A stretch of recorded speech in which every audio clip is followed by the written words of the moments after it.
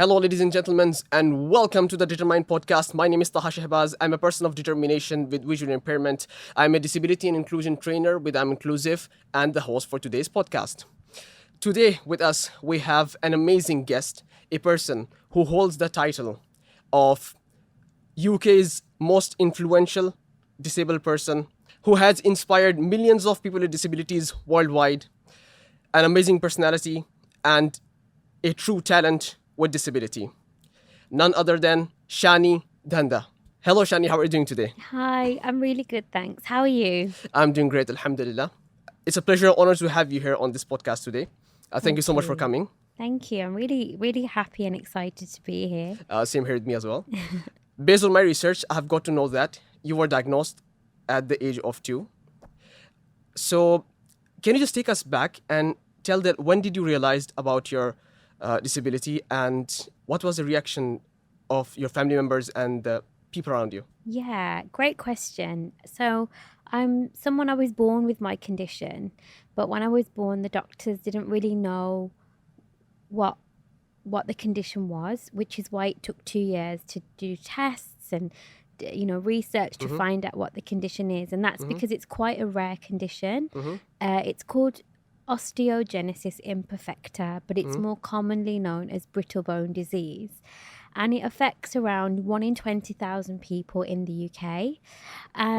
So my parents were just told, something's not quite right, but we will help you and we'll figure it out together.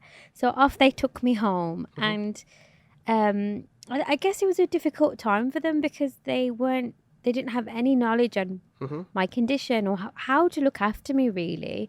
Everyone always tells me I used to cry a lot as a baby. I guess I was in a lot of pain. I don't really remember. And I also just want to say it's a real it's a real privilege to have a diagnosis. It's a privilege to be able to know what condition you have and to connect with other people and to Google the search term, for your condition. Yes. It's such a privilege, and I didn't realize that until I had COVID. So age 2, got my diagnosis, and again, the doctors sort of said to my parents, we can't say what she will or won't be able to do. It's just kind of carry on and see and just live an average life as possible. So my condition means that my bones break without any trauma. I don't have to have an accident or an injury for my bones to break.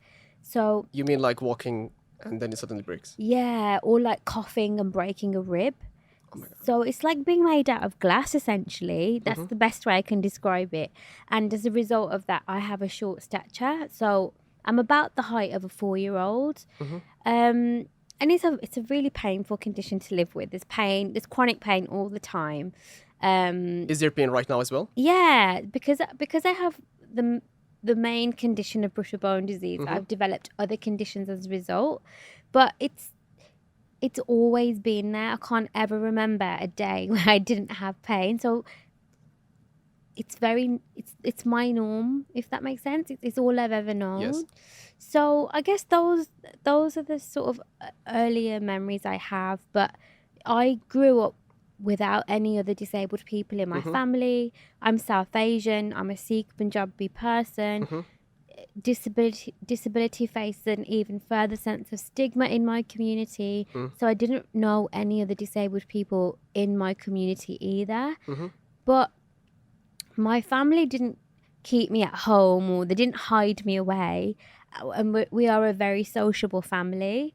So I think when I first sort of realised myself, I think it was when I was a bit older, to be honest, because I've never known any different. And, I'm sure the same goes for you. I don't wake up every day and I'm surprised that I live with this condition. It's just it's just the norm for me. So, yeah, those are some of my early memories.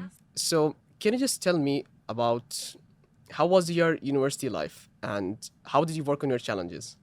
So yeah, so I went to a special needs primary school, which is where people of determination go. It was very small class sizes. I was with very severely disabled children, but I'm 36 now, and when I was a young child, that was the only option for me to have an education. But I don't think that was the best place for my learning. So I really struggled when I went to a mainstream secondary school. I felt like I didn't know the basics because I missed loads of school. I was breaking my legs every year. The education's different. So I really struggled to get my exam qualifications. And no one ever really encouraged me to think about further education. And also as a child, I didn't have the time to think about what my adult life would look like because I was every year always breaking bones and then, having physio, learning how to walk again. That was my daily life. It was very much if I wasn't at home or at school, I'd be in hospital. So suddenly at the age of 16, it was a really pivotal age for me because I'd had loads of surgery, I'd had loads of treatment. Suddenly my body wasn't breaking and I had loads of time on my hands. But I didn't know what I wanted to do. I didn't know what I wanted to be. So I just went to college, started to apply for part-time jobs, really struggled again. And then it left me feeling very defeated and very hopeless. I thought, well, if I can't get a part-time job that doesn't need any qualifications, how am I going to earn money? How will I ever live?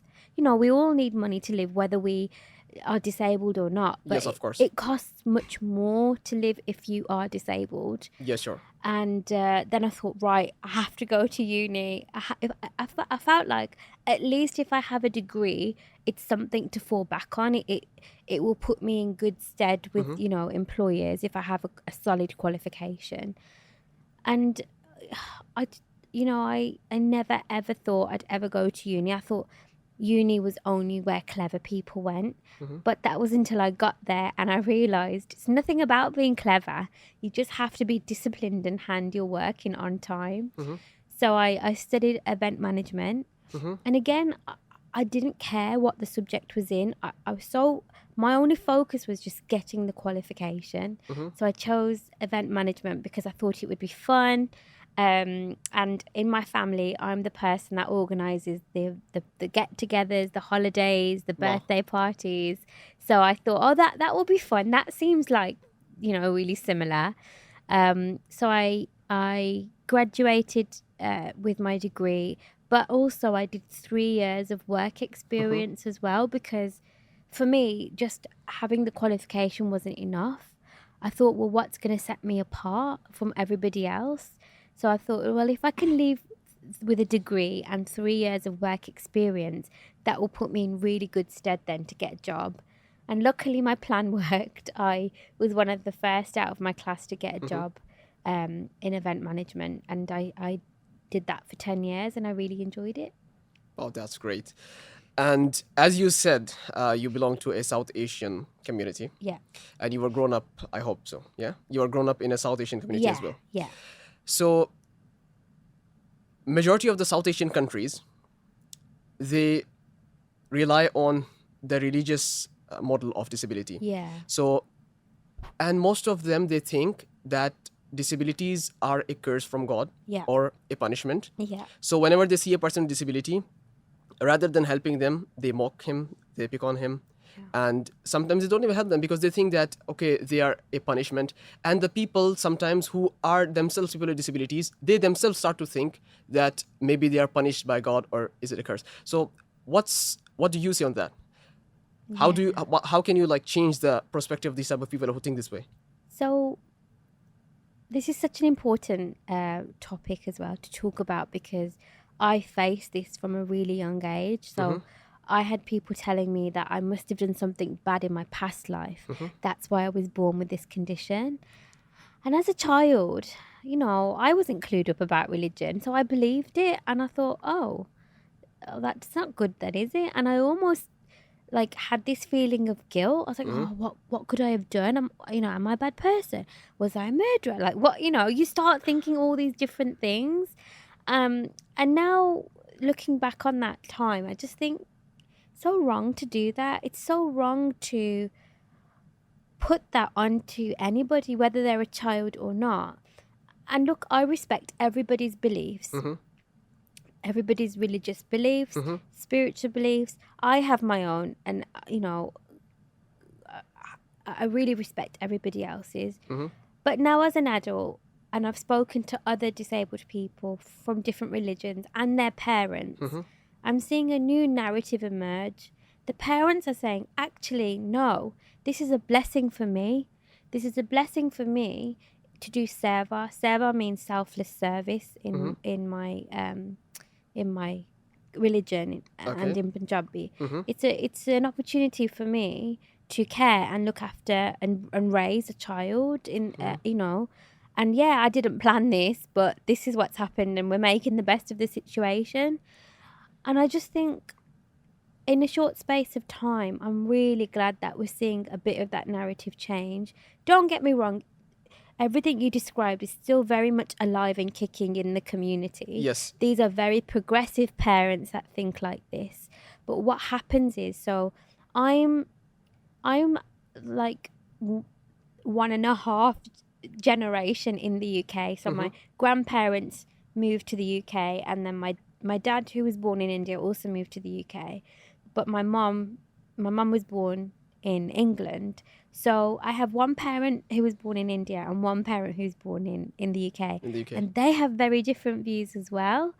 So that was a really interesting journey to navigate with both of them. They both have very different views on disability and approached it in very different ways with me too as well. So yeah. And sometimes sometimes the parents don't think that way, but the community think that way, and they bully the person who is the person with disability. And I think that this should be changed because it harms the person who is disabled psychologically. Absolutely. So he's already struggling with his physical challenges, and then people are putting on him psychological challenges as well. Yeah. So this is something, of course, that people have to think about it and try to change it. But I think one of the barriers in different communities is we don't really have the language to talk about people of determination or disabled people respectfully. So in my community, if we wanted to talk about someone with mental health problems, they would say pagal, which just means mad. Yes. And that's not the right terminology, but we don't have the correct terminology. So one, I think language is a huge barrier in itself. Then secondly is education, because as well, if these views get passed down into all these generations and they don't get unchallenged, then nothing's going to change. And also growing up for me, I did feel like those in my community had very low expectations for me. I remember people... They never thought that you will reach this level. Well, no. And to be fair, I didn't either. But just really basic things. Like, I remember they were surprised that I learned how to drive, or I went to college, or went to uni. It's just like, but all of those things I am very capable of doing. So why are you treating me differently? Like... Correct. Like, if I said, I'm going to go and climb a mountain, that would be very difficult for me. Like, I'd understand if people had some reservations or some different expectations towards something that was much more difficult. But for the things that I can easily do, it's not inspirational to do those things, like getting up and brushing my teeth. It's not difficult. I'm not inspirational for doing that. And I think finally, a lot of people still see disability as only a medical thing or only a medical issue. Yes. When actually what really disables people are the barriers and the bias that we face. I live with my condition. Yes, it's been very difficult. Yes, it's difficult to live when your bones just break out of the blue. Yeah. But I'm still doing everything I need to do. There's still ways in which I've found to do things. As disabled people, we are the ultimate innovators. Every day we have to think about how to do things differently, or,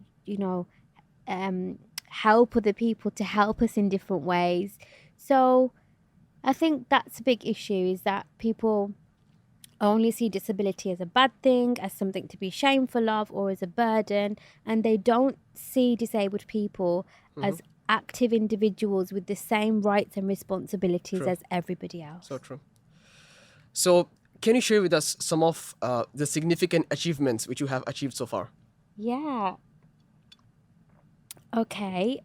So as you mentioned, last year I was named as the UK's most influential disabled person by the Shaw Trust. The Shaw Trust is a charity, and they deliver lots of different services for disabled people in the UK. And there's not really another sort of recognition like it, and it means so much more because it comes from the community. Yes. So that's one. I was also awarded an honorary doctorate Wow. last year. So I'm also a doctor of social sciences now, which Wow, is that's great. it's just mind blowing if you think about my whole journey of how much I struggled with education. And I never thought I would be clever enough to go to uni. You're right. And then I was awarded the doctorate. But in total, I've been awarded with over 25 different honors and awards. And I don't do the work that I do for awards, but it's always really nice to have the recognition, because especially being a South Asian disabled woman, it's much harder for my voice to be heard. It's much harder for me to have visibility over my other counterparts, especially in the UK. So yeah, it's really nice to have that recognition. Right. So when you relate yourself to the past, when you think about the past, like what was the challenges and all that stuff, and when you see yourself right now, how do you feel? God, I can't quite believe it, to be fair. None of this has been planned, if I'm being honest. I went from not knowing what I wanted to do after leaving school to just doing something for the sake of it. Then I became an event manager, and I really loved it. And I was really good at it as well, because I live in a world that isn't designed for me. I have to think outside of the box every single day. And that's this skill set you need in that career as an event manager. But then the work that led me to all the things that I'm doing now was my activism and advocacy. Because especially like when I looked around in my own community, nothing had changed in terms of like knowledge on disability. And I thought, well, if I don't share my story, or if I can't contribute my experiences, I just felt like storytelling would be a good way to help other people understand. But then I had a full-time job, and I'd be doing that on the evenings and the weekends. And I really wanted to find a way to make that my full-time job and be paid for it. And so that's what I did.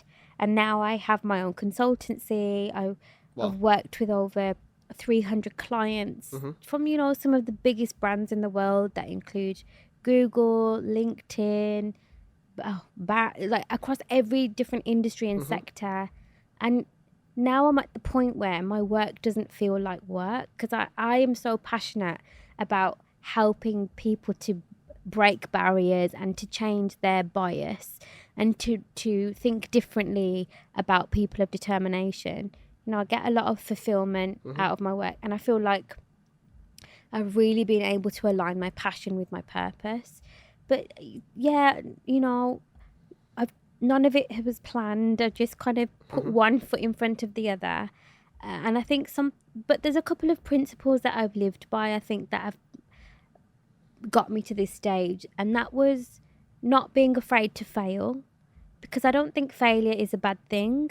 I think when something doesn't go the way you want it to, or something doesn't work, you will have learned something in that process. I'm not afraid for something not to work. I don't want to live with the regret of not trying it, and then somebody else doing it, and me sitting here thinking, that was my idea, I wish I did it. But if it fails, it's fine. And having a failure is the best thing to learn something. Definitely, you still learn so much. Yes. And I don't think it's a bad thing. So that's one thing. I also said I didn't want to live with any regrets, because I know how fragile life can be. I have lived for a long time with a body that doesn't do what I want it to do and breaks just suddenly. So I remember that. I remember how that made me feel, and that will happen again. I'm living in this time right now where my health is the best it's ever going to be, and I know as I get older it will deteriorate, and that's just a natural part of being human, I guess, right? But yeah, I don't want to live with regrets, and I just want to make every day count. So those are a few principles that I live by. So who was your biggest support in this whole journey? Oh, I have to give credit to my mom, and I know it's such a cliche answer, isn't it? Everybody, Mom is all the time the best. Yeah. yeah, everybody always says their moms, don't they? Yeah. But my mom is incredible. I there were some other people as well, but I think the main person is my mom. Mm-hmm. She never treated me any differently from my siblings. And I think if she had, she wouldn't have been helping me to live in a world that is difficult to live in. Mm-hmm. So difficult. Like, life's hard anyway, right? For everybody. Unless maybe like you're a billionaire, I don't know. But then life's even harder Yeah. when you look different, when cannot access society in the same way that Mm-hmm. most other people can. So, when I was naughty, she used to smack me. When I had broken my leg and I was in plaster, she'd say to me, "Don't think you're getting away without doing the jobs that need doing around the house." Like, she'd give me a pile of laundry to fold. It was a very tough love approach, and it did seem harsh at the time. But But she was now, training you yeah, because the life is more harsh. yeah, and she never let me use my condition as an excuse. Mm-hmm. And at the time, I'd be like, "Oh my God, she's so mean." But now, honestly, I really can't thank her enough for that kind of approach, because it wouldn't have helped me if she had mollycoddled me or wrapped me up in cotton wool. So that's my mum is definitely the main person. And also, she taught me something really important. She taught me that, yeah, you won't be able to do things in the same way others can, Mm-hmm. but you will have to find a different way of doing them. And that's what I do every So day. true. Yeah. And then there's some other people as well. Like, I had really supportive teachers. I had some really supportive colleagues, and one cousin in particular. So also, when I was like between the age of like 16 and 22, Mm-hmm. it's a really difficult age because everyone was infantilizing me. So I was a young woman at this point, but everybody was still treating me like a child. So that was a really difficult time for me. Mm-hmm. And I had one cousin in particular, and she could see what was happening. And she was always someone I could talk to. And she was always someone that gave me lots of encouragement and really built my confidence. Mm-hmm. And, when I think back at that, I'm just so lucky that I had her. I'm getting emotional, and just so grateful that I had her wisdom around me at that time, because it was really what I needed to hear, because nobody else was saying that to me. So yeah, Wow. because you know what they say, it takes a village, doesn't it, to raise a child or to help people flourish. So I think it's not just one person's effort. It's a combination of lots of different people. So when the people who are connected to you right now, Mm. and I'm sorry, the people who are in your community at that time and your parents, now when they see you as a successful person, so how do they feel? Can you just explain us a bit? It's a really it's a really interesting experience. Well, first, like, what are you doing here? Because I don't know why they say that. I think they think that I won't want to still go to the Gurdwara, the Sikh temple, or Mm-hmm. I won't want to hang out Mm-hmm. with my people or my community. But of course I do. Like, they're my people. That's all I've ever known. And, it's really important to me. My religion's important to me. And all the things that happen in my community are important to me. So that's the first thing. First, like, what are you doing here? Like, I think they're surprised. And then secondly, I think they're very proud. I think when I think back at, some of those limiting views that they had of me, I do think, why did they have those? And maybe it was because nobody else in my community has ever done this before. Or maybe it's because nobody else in my community who has been disabled has ever sort of put their head above all the noise and said, I don't really care what you all think. I'm going to do what I want to do anyway. And not to say that that's a bad thing, but I just think it takes a lot of courage and bravery. So, yeah, it's lovely. Everyone's proud. What about the bullies? The bullies. I didn't really get bullied, but I think I was always a popular kid because, as you can tell, I love talking. Yeah. I'm very chatty. I'm a very sociable person, and I come from a big family. We were always in the community. So yeah, I was a popular kid. I wasn't bullied, So thankfully. now when you like go in front of some of the people who used to, like see you in a negative way. Yeah. And you stand in front of them like, now talk. Yeah, now talk. They're just they're really nice, and Yes. it's nice. They always say how proud they are of me. And Are you happy with the inclusion steps taken in the society, or is there much work needed to be done? I think that's a great question. I think there is so much more work to be done, but I also have to again reflect on the fact that there's probably never been a better time to be a disabled person.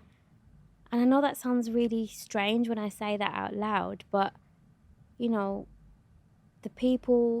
disability activists before me had to fight to have access to things like public transport, to get a job, to have laws that make it illegal to discriminate against disabled people.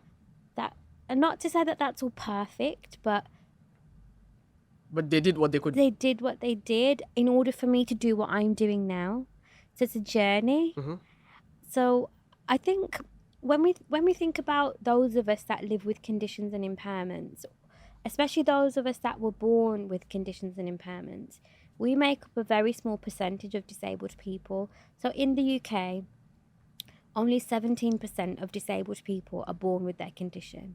That means 83% of disabled people acquired their condition throughout their life. And I'm talking about a community of 16 million people. That's a quarter of the UK population. So when I think of it like that, we are so behind. We aren't designing for the society that exists now. And as a society, we aren't designing for our future selves if such a high proportion of society will go on to acquire conditions and impairments, because disability is probably one of the only diversity strands you can be part of at any point in your life. If you want, you can't change your ethnicity, you can't change your age. Yes. There's so many other things you can't change, but your ability can change. Of course. We all have abilities and limits to those abilities. So I think I'm really grateful for the progress we have had, but it's definitely slow. It's definitely true. Outdated, and I agree on it that. can't happen quick enough. Yes, of course. Yeah. But when you say that you would like to see a world of inclusion, like, what do you expect? I expect those living with conditions and impairments to be seen and treated as active citizens and individuals in society, to be treated with the same rights and responsibilities as everybody, not to be seen as those group of people over there that can't do anything. Yes, equity. Because for a long time, and still in many countries across the world, that is how disabled people are viewed. And also, people think if they know one disabled person, then they know all disabled people. But that's not true. That's not true, yeah. Yeah, and if you just think about the symbol of people of determination, or the symbol that we have for disability, it's a wheelchair user. Yes. But wheelchair users are a minority in the disability community, because 70% of disabled people live with non-visible conditions and impairments. So there's so much to unpick, really. But in a nutshell, what that would look like for me is a world where it's not barriers and bias that are disabling people, and that there's not one persona that everyone needs to fit, and everybody calls that normal, because there's no such thing as normal. We are, every single person on this planet is individual and different and unique. And finally, what I would really love to share is, for those of us that live with conditions and impairments, that is an average part of the human experience. It's completely average, but we have never spoken about it in that way. No one ever talks about it as something, yeah, you might be born with or you might acquire. And that's why I think the perception of disability is so bad, because people think your life's over or you did something bad in your past life. Like, no, that's not the case. Actually, just like how, most people have hair or, I don't know, other features, that too is an average thing that can happen to people. And I Yes. think if we talked about it like that more, perhaps understanding and perceptions would change. So, what would be your advice to people with disabilities who want to advocate for themselves? I think firstly I would say it's probably something we all have to do in some form or another. I had to advocate for myself in my home, in my family, in my community, in society, in every different space I've occupied. I've always had to advocate for myself. And as I'm getting older, I feel like I'm getting better at it. Just like with everything else, the more you do something or the more you practice something, the better you are. But I think my top tips would be definitely learn about the social model of disability, which talks about how it's not someone's condition or impairment that disables them. It's the barriers and bias that exist in society. That for me changed my life, because I'd gone through all of my all of my up until around the age of my mid-20s having this big burden, and being told I must have done this or that, or people having such low expectations of me. And suddenly I discovered the social model by accident, and I was like, oh my gosh, this makes so much sense to me. And I felt like this big weight had been lifted off my shoulders that I didn't even know was there. And then I thought, well, if this makes so much sense to me, if I can get everybody else to understand this, then I feel like society will be a much more inclusive and accessible space to be in. And why doesn't everybody want that? So really, that's where my journey started. It was me discovering the social model and me just being, my life changed. And then, so definitely, yeah, base your practice in the social model. Learn that advocacy can be in many different forms. It doesn't mean you have to be out there shouting or, being on social media. Activism and advocacy can be quiet as well. It can be the small things. And also remember, you don't have to do it all yourself. Find allies and teach people how to be a good ally for you. And the best advice that I would give to allies is you have to recognize that you're not in that experience, but you're taking it on as your own. So allies shouldn't center themselves in the situation that they are supporting someone on, but they need to advocate like it does affect them, if that makes sense. It's not just something that you choose to be one day and not the next. If you're in, you're in. It's not just being a good friend to somebody. You have to, I think allyship is something really important and needs to be taken much more seriously.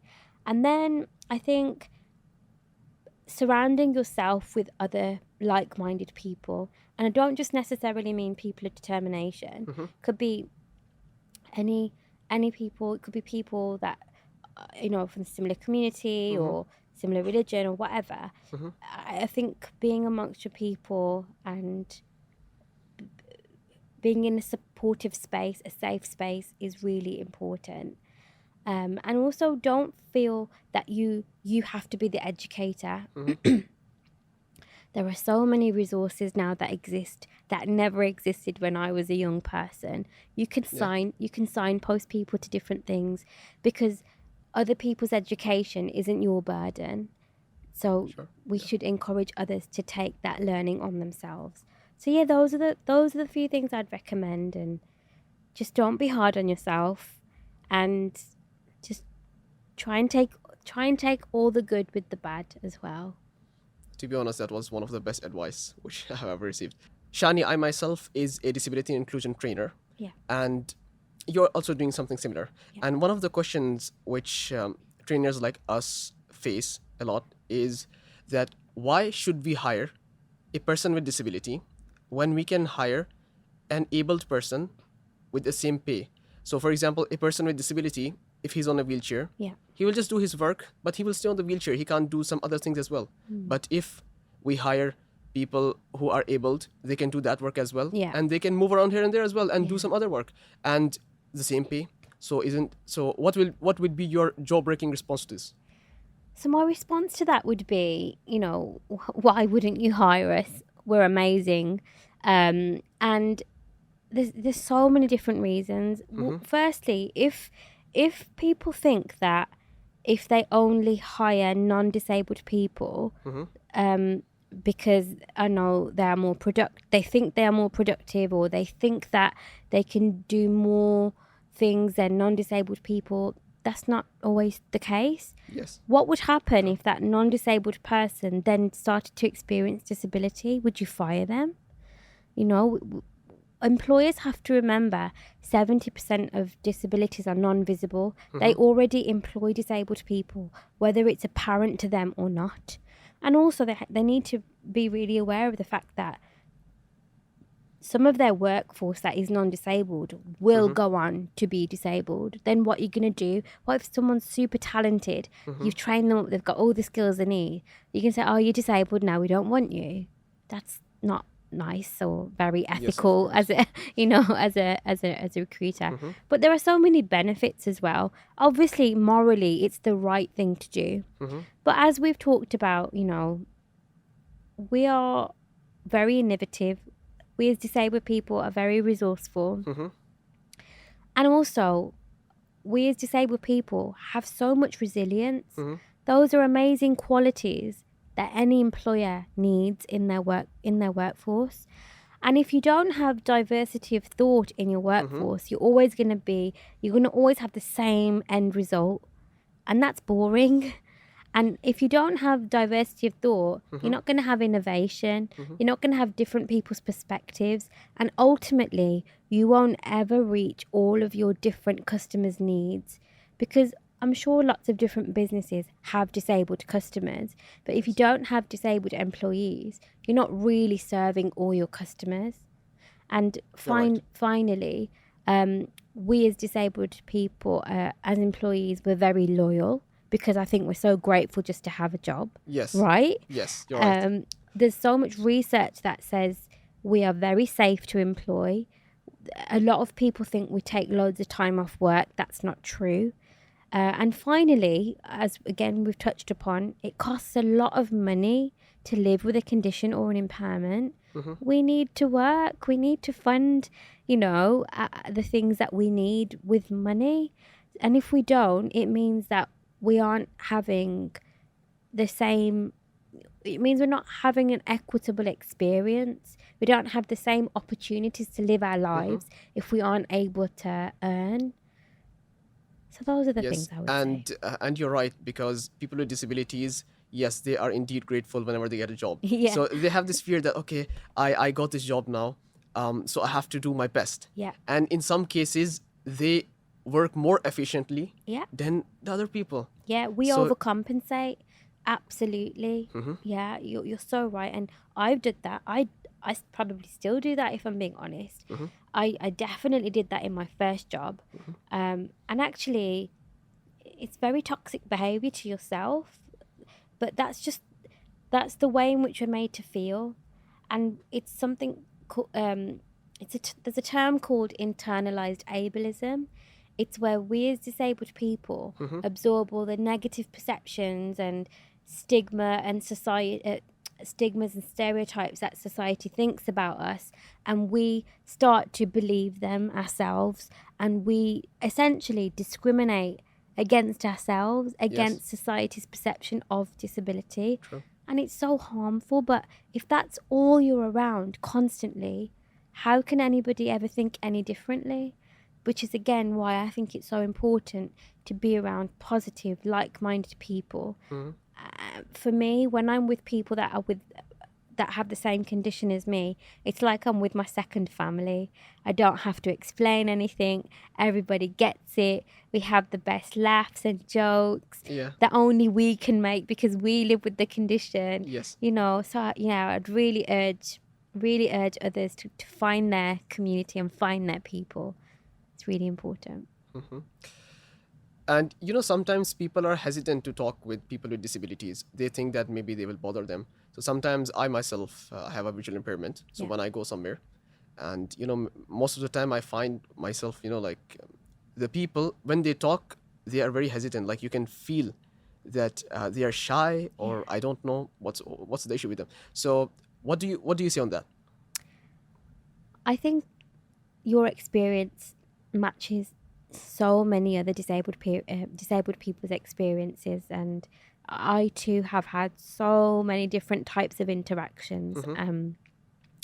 People will go out their way to ignore me, to not acknowledge me, or some people talk very loudly to me as if maybe I have a hearing impairment, or some people are just really awkward. And I have a very visible disability. I have a short stature, and I think what it is because lots of us live in countries and societies where disabled people aren't in workplaces or aren't on our TV screens, or we don't have positive representation, then people don't have disabled friends. Like, I went to a special needs primary school. That means people age 36 did not go to school with disabled people. They don't have disabled friends. So therefore, we feel alien to them and they don't know how to Yes, talk you're to right. us. But it's so silly, isn't it? Because we're just average people. We'll just have a pleasant conversation just like everybody else. But how does it make you feel when people are like that to you? I make my presence felt. Okay, So I that's what love I do. that. What do you mean by that? I am a person who like communication a lot. Yeah. I converse with people, and so I like to learn from people. So basically, I just ask them questions and then Yeah. make them comfortable with Yeah. the environment, and then they get to know, okay, this person is just like us, and we Yeah. were thinking maybe he came from Mars. So yeah. But it's a lot on you, isn't it? You have to do the heavy lifting. You have to be the one to, ignite the conversation and keep it going. And I use humor a lot. I think humor is a big part of my personality anyway, but I definitely lean on it to try and help people feel less fearful. To be honest, I also do the same. Like I Yeah. use humor a lot, and for me, I enjoy. Yeah. I enjoy igniting the conversation. I enjoy to talk. So I enjoy asking questions basically. So for Yeah. me, this is not a problem at all. Good. So because you have to make your presence felt, Yeah. and this is very important. Because if you not do that, then you'll just be sitting in the corner. Yeah. And nobody wants to do that, right? Or Yes. nobody wants to be left out. Yes, you should make other people feel that we are normal. Yeah. And we are just humans like you. Yeah. I have a disability, but that does not mean that I'm a different person who does not like to, be social with people. Yeah. I think that's the point. Like, you put it perfectly. I think non-disabled people need to understand that we as disabled people, we have the same needs and the same desires as everybody else. Like, yeah, we might have different abilities, we might look different, but it's not as surprising to us as it is for everybody else. Yes, you're right. You know what's really funny is like the amount of people that feel the need to point out to me that I'm short. I'm like, I know. You don't have to tell me. Yes. It's so, I don't know, it's just funny. I don't know. All right. So a unique question, maybe no one have asked you before, Oh, but okay. what are the things like which you enjoy about your disability? Oh, I don't think anyone has asked me that. Okay, the things I enjoy. Oh, you know what I really enjoy? Never having to queue. I Wow. never have to stand in a line or Great. queue. And again, I've had to learn how to advocate for myself in that way. But that's why I love being here in Dubai. It's so accessible. And even at the airport, there's a dedicated queue Yeah. accessibility queue when you're going through immigration.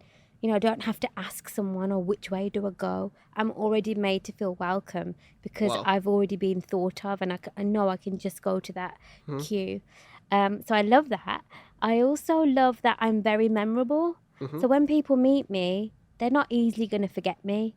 You know, I'm not just an average South Asian woman. Yes, of course. And actually, Yes, I've of got a course. little I can feel story. that. Yeah, Yeah. I've got a little story. So my hometown is a Mm-hmm. city called Birmingham in the UK. Mm-hmm. And every weekend, like when I was like 16, Mm-hmm. I didn't have a job. I didn't have anything to do. So Mm-hmm. me and my cousin, we would always go to the shopping centre. It's called the Bull Ring. And so we went into a shoe shop, and the people that work there, they were like, you know, really friendly to me. Yeah, Mm-hmm. hi, how are you? Great to see you again. And then me and my cousin walked out that shop, and she was like, are they your friends? Do you know them? I said, no. I said, what? Why are you asking that? She goes, Mm-hmm. well, how did what? How do they know you? Like, they're talking to you as if they're your best friends. I was like, I guess it's because I'm so memorable. All right. But while you're going to the shisha club, yeah. So have they like not stopped you anytime because of your height? Oh, because my no, no, I get ID'd. Like, I know in the UK, if you want to buy a knife, you have to be a certain age. Just an average kitchen knife. Mm-hmm. I've been ID'd for those things, but never for like entry into anywhere. Mm-hmm. Luckily, yeah. It's always been like really random things. I think, yeah, That's great to listen. yeah. So we can say that you also enjoy your disability. Oh, yeah. And you know, so many people ask me, especially when I was in secondary school, they were Mm-hmm. like, if you could take a pill and tomorrow you woke up and you didn't have your condition and you were average height, what would you say? And I would always say, as a child, I say, yeah, of course, I would take the pill and not be me. But that was when I really rejected my disability identity, and I Mm-hmm. wasn't comfortable with it, Mm-hmm. and it was a completely different person. But then I learned about the social model, and now Mm-hmm. I'm such a proud disabled person. And if I was to ever say no now that I wouldn't want to live with this condition, I would be saying that I don't want to be me. Because not that this condition defines me, but it's had a big part in playing who I am. Mm-hmm. And I know I wouldn't be me if I wasn't born with my condition, and I didn't have to live the life how I've had to live it. Mm-hmm. And so ultimately I'd be saying no, and I don't want to be me, and I do, and I really like being me now. It's taken a lot of work to get here and to be okay with how I look and to process that and accept that. I love it. So Shani, I'll go towards my last question. Of course, I want to keep going, but there is a restriction of time. What would you like to say to those people who feel demotivated and broken and useless because of their disability, and they think that they cannot, their presence or absence makes no difference to the society? That's a really good question, and I've felt the same. I felt the same for a really long time. And it's a really difficult and lonely space to be in, especially if you aren't able to talk about or share that experience with anybody else. Mm-hmm. So I guess the things that I needed to hear were, you know, you are valuable, you are Mm-hmm. worthy. You might not be treated as that right now, but this won't be permanent forever either. Mm-hmm. And for me, I really had to find my confidence, and I really had to find my voice. And when I did, then there's been no stopping me. And again, it's always been hard.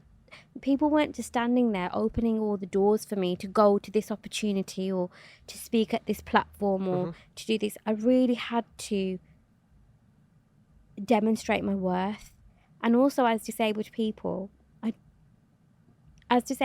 I do believe we are more harshly judged. I do think that Yes. people have harsher expectations of us because they think we aren't as capable, or they think we aren't as productive. So there's that going on in the background.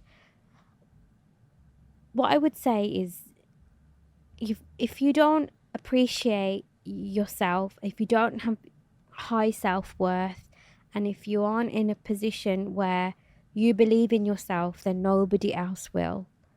That's why it's really important to focus on yourself and your own personal development. And I keep saying this, but it's why it's important to connect with others. They can help you to do this. They will be or may have been in a similar situation or may have a similar outlook that you have. And if you can share it, there's a saying that a problem shared is a problem solved or a problem halved. And I really believe in that. When you sit there in this cycle of negativity or in this cycle of feeling very low self-worth, if no one's there to help you get out of that or to think differently, then it can be really isolating. So I think, for me, I needed better representation. I needed people to teach me that I'm at this age at the moment, and if I do this, it won't always be like this. But it took a lot of courage. I had to really believe in myself, because if I didn't, nobody else was going to. Platforms like I'm Inclusive are brilliant. It's more than just a job site for people. It's a community. Yeah. And I can't emphasize that enough. And it doesn't matter. I just want people to know that we all have abilities and we all have limits to those abilities. It's absolutely, it's a completely, in quote, normal thing to live with a condition or an impairment. If you have been made to feel bad about it or someone has shamed you, that's on them. That's their projection. That isn't you. Yes. And just remember that. And I would like to add that, and I would like to add to it that those people with disabilities, if they sit in their rooms behind closed doors, they will never succeed in their life and they will die in that situation. So what I would like to say to these type of people is that start to work on your abilities. For example, if a person cannot see, he can have a good conversation, right? Yeah. So he can improve his conversation skills, his public skills, his speaking skills. Similarly, the people who are on wheelchair, instead of feeling bad about it, you can do many things with your eyes, with your hands. You can do a lot. You can learn the skills, which can enhance your abilities. Yeah. So one of my advice would be that instead of crying behind closed doors, just come out and be strong in what you can. Yeah, I love that. And it's similar to something my mom used to say to me. Again, like she never let me use my condition as an excuse to not do anything. And she never let me feel sorry for myself. She said, why do you feel sorry for yourself? She goes, look, you can do this, you can do this, you can do this. You could, and so she always reminded me of the things that I could do when I was feeling bad about the things that I couldn't. And so I love the point that you made there. Just focus on what you can do instead of what you can't. And that's what I do basically. Yeah. In the beginning, I'm not blind by birth. Yeah. I lost my eyesight maybe 3 or 4 years ago. Till today, I have 5% vision, so I can just see some light perception. Yeah. So what I started to do is I started to work on my abilities. The place from where I got my motivation was, of course, my religion, because I'm a religious person. Yeah. And for me, I think religion plays a crucial role when it comes to your confidence, especially in these type of conditions. And as you said in the beginning, like, of course, you are also a religious person. So and from there I got my motivation. I started to work on my abilities rather than sitting in closed doors and crying. So I came out, I said, okay, it's time to face challenges, it's time to face fear. And it's cowardly to it's cowardly if you're a person with disability and you sit inside the house and you're not coming out, you're not meeting people, and you're not trying to speak out yourself, you're not feeling challenges. So this is it's cowardly. You have to come out, you have to be strong. You have to be strong, and especially people who are people with disabilities, they should be strong. They should not be cowards. They should come out. They should speak. They should work on their abilities. They should be strong, and they should be the inspiration for other people. Because sometimes I do stuff, and people just get motivated. Why? Because I cannot see, and I did this. They're like, "Whoa, this is amazing." So similarly, many people would have found that with you as well.